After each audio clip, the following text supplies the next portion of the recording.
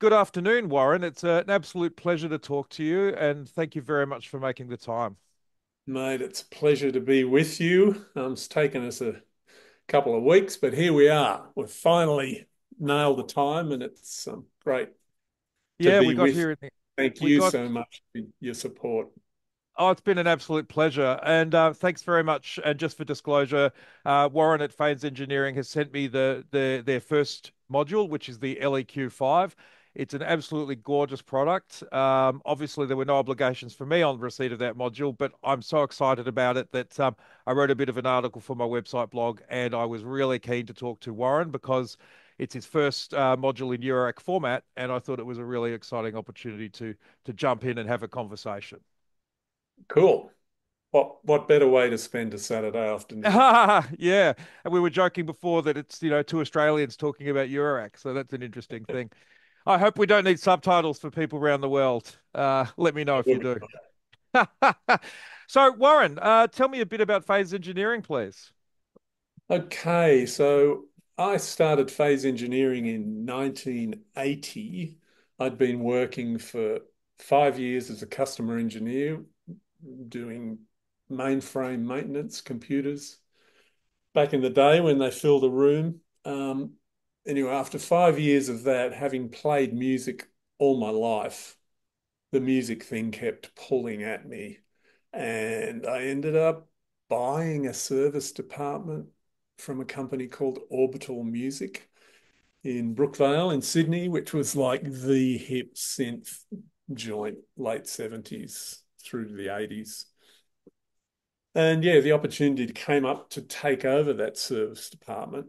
And with it came basically training and warranty service agencies for a whole bunch of manufacturers. I started writing the list, but it was really everyone. They had the most amazing range of product back then. All, from Moog and ARP and Sequential and Oberheim and Emu, and it just went on and on. So I'd always had that sort of synth fascination, and to have the opportunity to actually get inside them was just such a great thing for all those years. So yeah, we Yeah, started right. in 80, grew and grew through the 80s, 90s. Eventually, at the end of 99, we took over Roland's service department in Sydney, and I managed that service department for 10 years, I think it was, still Wow. running Fame at the same time. So yeah, I've seen inside a lot of machines, but with that came the situation of like, I just got to the point where if I have to take another screw out of another machine, I'm going to scream. So I'd always had this sort of product design bent. Throughout phase, I'd always been making little boxes and, adapters and specialty things, bespoke products. And I've always dug that. So I went much more down that line. In 2008, I closed phase as a service department Yep. and basically became a product designer and manufacturer. Yeah, right. And still doing it right now. Yeah.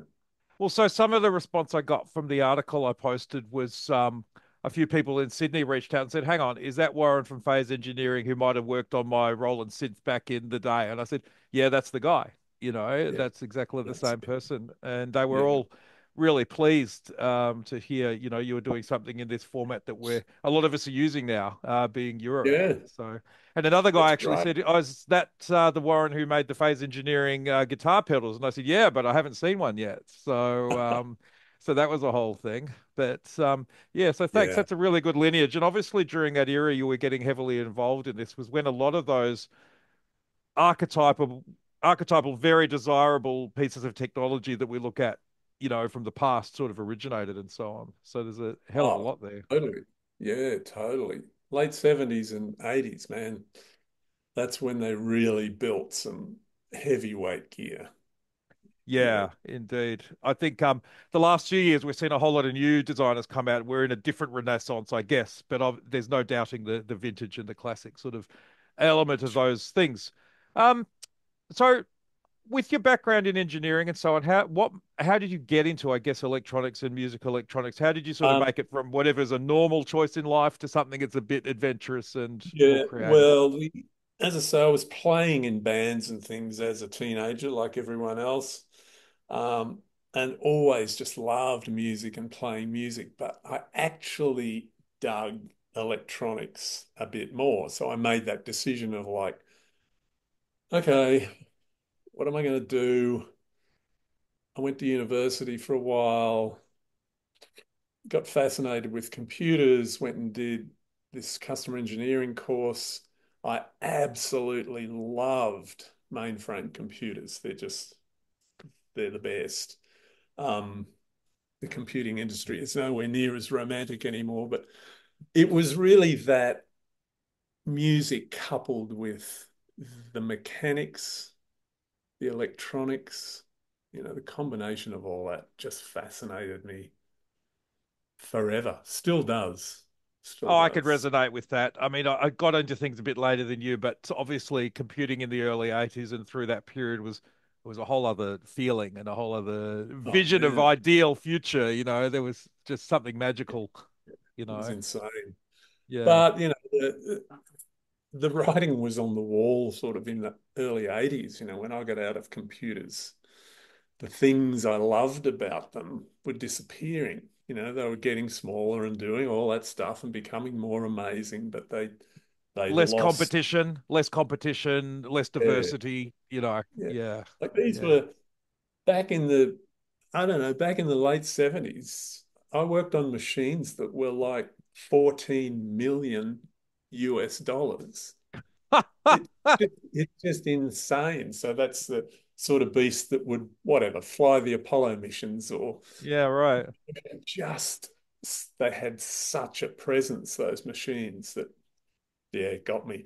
Anyway, as I said earlier, it just got to the point where Yeah. I couldn't get away from the music thing. And I'm glad I made that decision to get out of computers because, as I say, they got smaller and more boring and more amazing, but without not the vibe, not the Indeed. vibe. Indeed. And I met you through David at Inner Clock Systems Yep. through use of his SyncGen products, which not just his SyncGen products, your SyncGen products as well. Yep. So can you tell me a little bit about your involvement with Inner Clock? Because that might be a brand people have heard of or should have heard of because of your Sure. your long history and longevity in the clocking of MIDI and CV based, voltage based clocking of musical Yeah. devices. So I met David in the 90s, I guess. He was working for a company called Studio Effects that were hiring outboard gear to all the studios all over town that existed back then. Um, Hiring, high-end AMS units or lexicon reverbs and tape machines. So David would be in and out of Phase Engineering having them serviced. And that's where I got to know him. So I've known David for, I don't know, 30 years or more. Yeah, wow. Early 2000s, we sort of got together and David came to me with a few concepts of, is it possible to do blah, blah? And I'd go away and scratch my head and come up with something. And this was the beginning of the interclock products. The Sync Shift Mark One was the first one. And it just went from there. We just developed more and more synchronization boxes, So time what's shifting. Yeah, sorry. So what's interesting about that time period? Because I sort of grew up falling in love with music from the mid to late 80s onwards. That shift with a lot of creative people moving towards electronic technology. And there's a lot of reasons why people got into that technology in the 90s. It became more available, more affordable.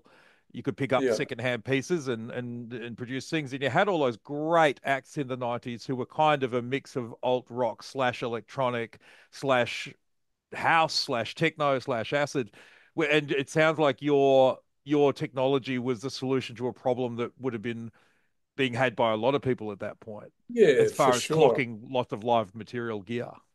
I mean, I was doing things like audio to trigger units in the 80s for people that are driving an AMS with the sampling option in there. So for drum replacement and all that sort of stuff. We were doing that. Then we got into the synchronization thing, doing basically a straight logic level version of running a click track through a off tape through a delay line, um, as people used to do. Yeah. They delay the clock or via tape. So we did a sort of non-tape Wow. version of, and then the stuff that once the SyncGen plugin came along, that was a, a real changer. It was suddenly clock could be exactly as it should be, but Yeah. I'm um, very, we very can passionate about clocking. save a lot of that for the inner clock interview. Yeah, absolutely. Got that Let's one talk. on.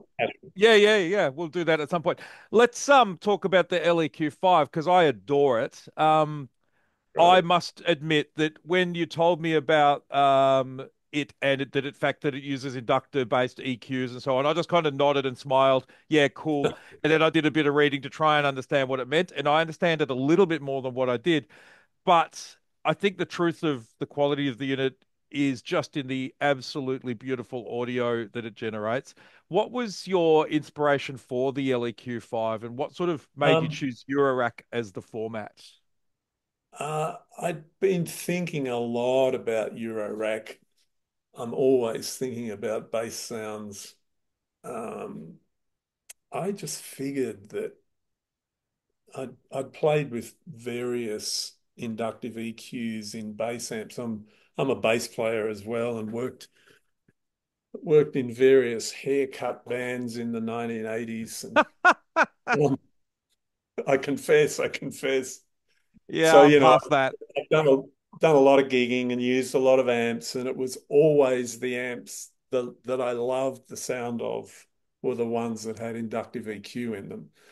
From beginning at, the acoustic 220s, 370s, those beautiful blue and white heads sounded amazing.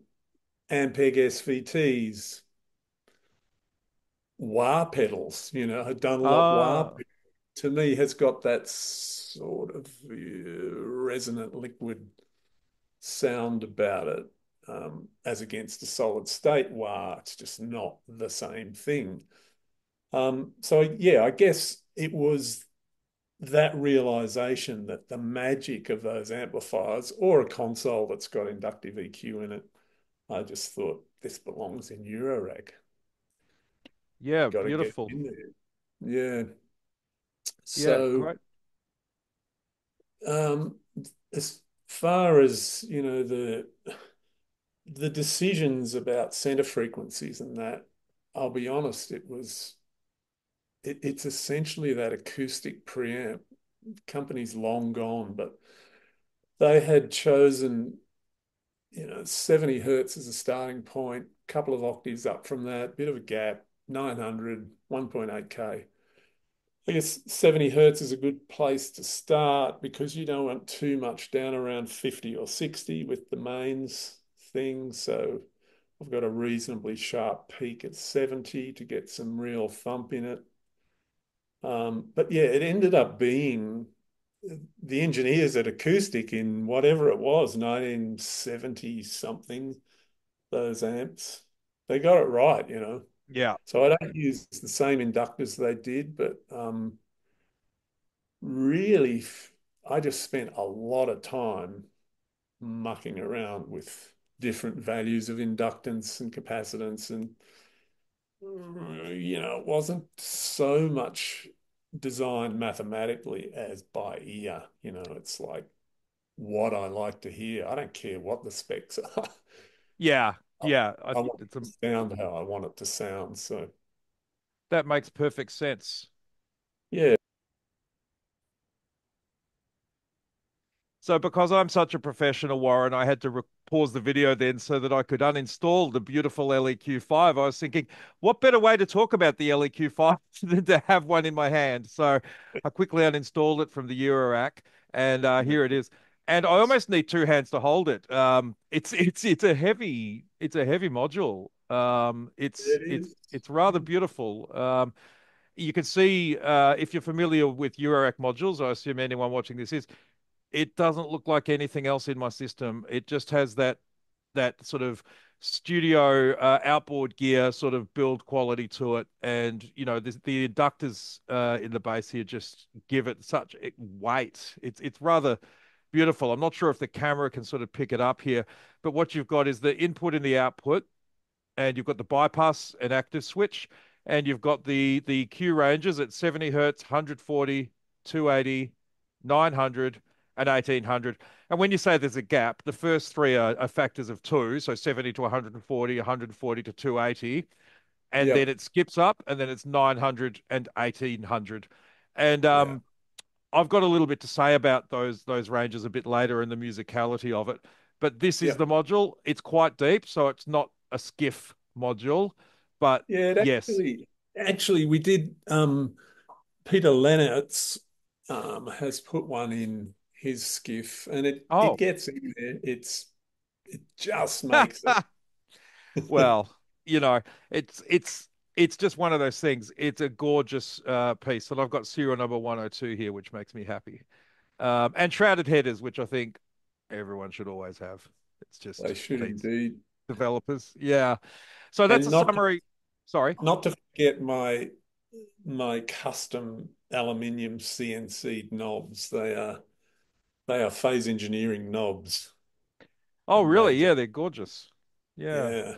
Yeah, They're so not, I've had those made as well. They're not off the shelf. yeah, they're gorgeous. So I've spoken to quite a few developers about how hard it is to get faceplates right. I've spoken to people who've had to send, I'm not going to use the wholesalers, whatever. Sorry, they've had there's fault rates in faceplates.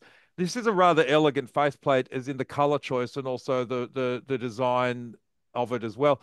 How did you go sort of getting that together? Because that must have been a feat in itself.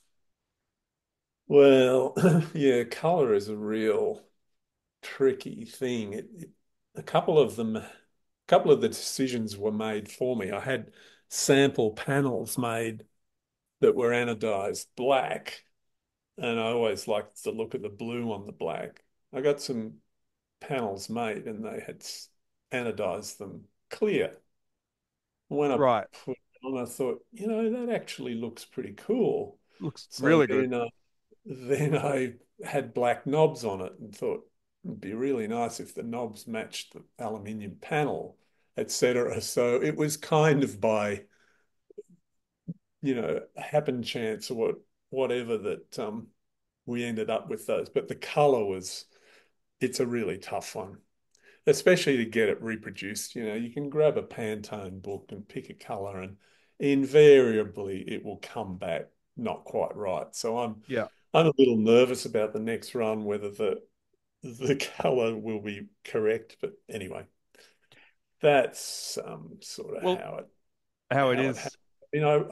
A lot of what I do is probably more in the retro coloring. I mean, that's kind of a Pultec blue, but the pedals that I did all those years ago were all subtle retro colors. Yeah, I'm nice. I really I'm like it. not I'm not a fluoro guy.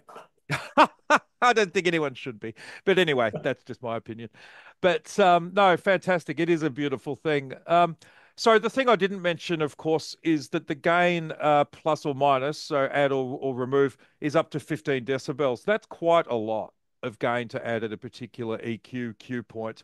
The thing I found about it, and people will hear it in the demos at the end of this video, it gets gnarly, but it never really got that kind of smacking, horrible sound you get when you overdo an EQ, and it can be digital or it can be even some analog ones as well.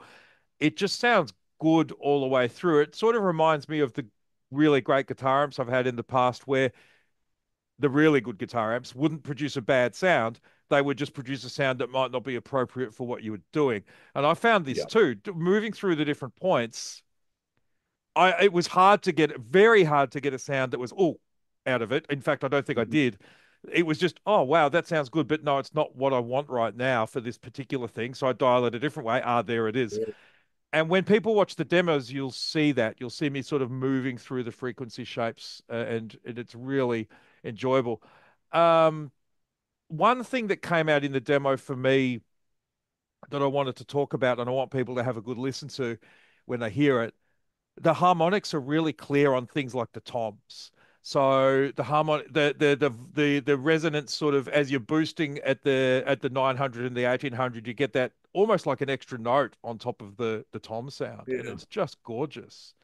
So I guess was that the sort of ear tuning that you were sort of doing as you were Yeah, pretty building? much. I mean, it's the nature of the circuitry is it's actually a pretty short signal path. So there's not a lot in the way to mess things up. Yeah, It really comes down to the that inductor and how it's ringing at times. You know, you do get those change in harmonics. And I think it is that it's not like you're going through a mountain of electronics to yeah, get from input to output. Pretty short path. yeah. It's kind of magical. I've actually spent a bit of time with my samplers taking sampled sounds, feeding them through the LEQ-5 and resampling them back in with those overtones and so on. And it's just really pretty, really nice. Cool. Yeah. So I have spent quite a bit of time on that. Um, I guess we sort of talked a fair bit about the module. The demos kind of should give people some idea of what it does and the enablement of opportunities it gives. One thing I noticed, and it might be about that short path you were just talking about, is even just switching it from bypass to active, there's a very subtle smoothness added to whatever's going through it, even with Yeah, everything at the 12 o'clock position. So it's not bypass, it's when it's active, you start to hear the flow through the electronics in the module, and there's this yeah, immediate, subtle, smooth shift to it. yeah, that's right. I mean, it's the bypass is true bypass, so Yeah. it's going straight through. So of course, even at 12 o'clock, um, there is a shift of tonality. The accuracy of even good quality pots, which I've used in there, 12 o'clock ain't necessarily 12 Ha! o'clock. You know, it's Yes. give or Yeah. take. So, yeah, there will always be that little shift, but Yeah. But it's a pleasant you're shift. right. That's the thing. It's a Yeah, pleasant shift. absolutely. So, Yeah. yeah. Great. So, I guess, is there anything else you'd like, Warren, to say about the module at this point? How do you use it? How do you enjoy using your own product? What do you do with it? I can patch it in playing bass through it, Ooh. like just in a send receive on a channel of the console or on an amp. Yep. Use it on synth bass things. Makes a huge, huge difference. You know, the 303 style bass parts. It's just Yes. amazing, I think, what it does to it. It is. It's one of the demos I do is through a Tone Star ARP 2600 toned instrument. And it really can add that resonance of those sort of. I just did Yeah, that with my voice. I can't believe I did, but it's got it with in those frequencies where it just adds that slightly nasal resonance without going too over the top, and it sounds incredible. And sort of pulling that on top of an ARP sounds something quite different. It's yeah, like some amazing tone yeah, shaping totally. opportunities there. I mean, it's to be fair, it's not like it's not this new. I No, shouldn't be. I'm not talking the module down, but this is a module that's been done in the old Moog yeah, system 15s or whatever. There's been their fixed filter banks. It's the same thing, not the same inductors, not the same circuitry, but functionally, it's appeared in various other modular systems in the past. I indeed. guess I just really wanted to make it a bass centric unit. But you've come back to me, and I appreciate the input saying, "Oh no, man, you got to listen to it up at these higher range things. It's awesome." So I didn't ever have that in mind, but that's another one of those nice byproducts. Well, I found using cut at the high frequencies was really good when I had a sample that was a little bit noisy in that range. I just used the Yeah. cut at 1900 and all of a sudden that sample sounded a lot nicer. Also, in the demos that I've done, I've thrown a 606 style clone, a Tubatech 606, really nice module through Yep. it, and you'll hear what goes from a very anemic bass sound that is the default of a 606 clone. It's Uh-huh. it is what it is. When Yep. I'm pumping it through the LEQ-5, you'll just hear a whole other realm of stuff to it, realm of frequencies. And I guess that's the bass frequencies coming out. But the sizzle I was able to add onto the hi-hats was just impeccable, just Mhm. beautiful as well. So the Right. upper range stuff is lovely as well. So I guess that's kind of what I wanted to talk about. I just want to congratulate you on such an amazing step into Eurorack with such a high quality, beautiful sounding module. I could see myself with Thanks, another man. one in here just to permanently run on hi-hats at this point, to be honest, as a bit of a hi-hat person, and then another one on my bass synths. But I guess, yeah, I just wanted to thank you very much before introducing the demos, and yeah, thanks for the Thanks, send, Steve. and I've really As appreciated it. as I said earlier, I really appreciate your support and help. Um, it's a little bit daunting for, well, I guess for Yeah, all of us, to like, oh my God, how do I begin? My thing is over there. That's what I do, and that's what I'm good at. The whole promotion, social media, it's like, oh shit. yeah, So it's a. you've got the ball rolling for me, and for that, I thank you. Thanks very much, Warren. It's my pleasure.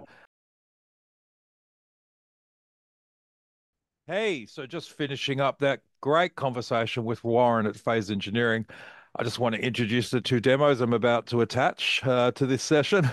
So the first one's going through my Studio Electronics ToneStar 2600, and I put that in there just to show what the LEQ-5 can do to a standard monosynth sound.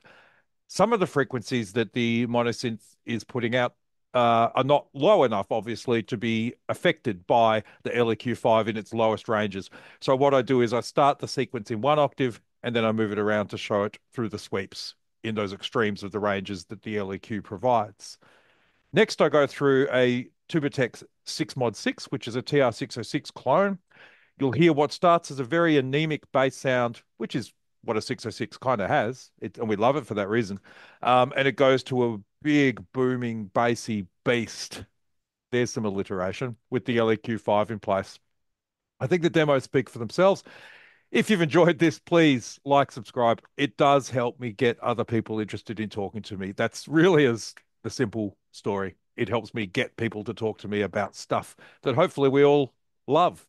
Anyway, firmly, strongly recommend the LEQ-5. It is a great sound tone shaping piece of hardware. And thanks very much for watching.